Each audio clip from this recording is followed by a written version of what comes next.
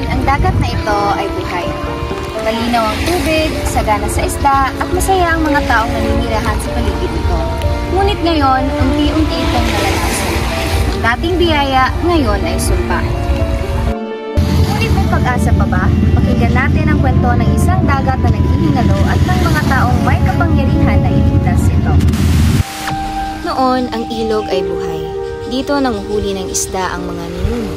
Pero ngayon, saan na ang tubig na malinis?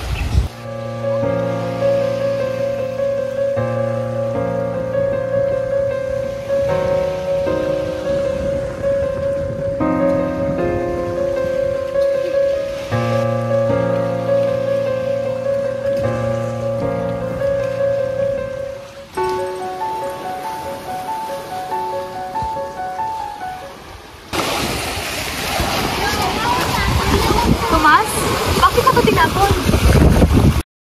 Aling Rosa, hindi lang naman ako nagtatapon ng basura.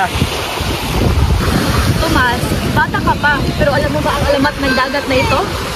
Sabi ng matanda, tuluyang nalason ang dagat na ito, tuluyan ito mawawala magpakailanman. Pasensya na po, Aling Rosa, hindi na ako makukulit. Sige, doon ko itapon.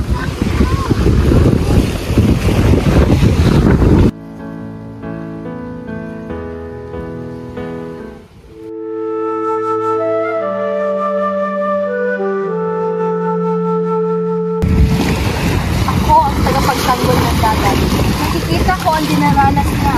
Bakit niya siya pinapatay? Tawa din katada, hindi ko na rin alam ang gagawin.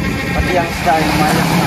Pwede pa tayong kumilos, magkaroon tayo ng clean-up drive at pagtanim sa gilid ng dagat at itigil ang pagtapo ng basura. Ay, tama kayo, hindi pwedeng ganito lang. Mula ngayon, hindi na ako magtatapo ng basura.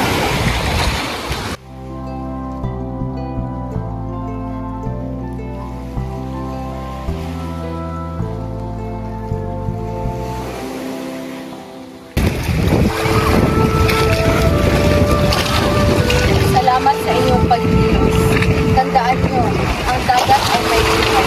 Ang aalagaan nyo ito ay aalagaan niya rin kayo. Ang kalikasan ay buhay. Ating tandaan, ating paglaban.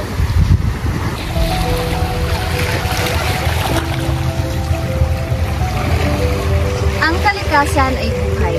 Ngunit kung patuloy natin itong pababayaan, ito rin ang magiging dahilan ng ating kapahamakan. Ang pagbabago ay hindi nagsisimula sa gobyerno, hindi sa iba, kundi sa ating mismong mga kamay.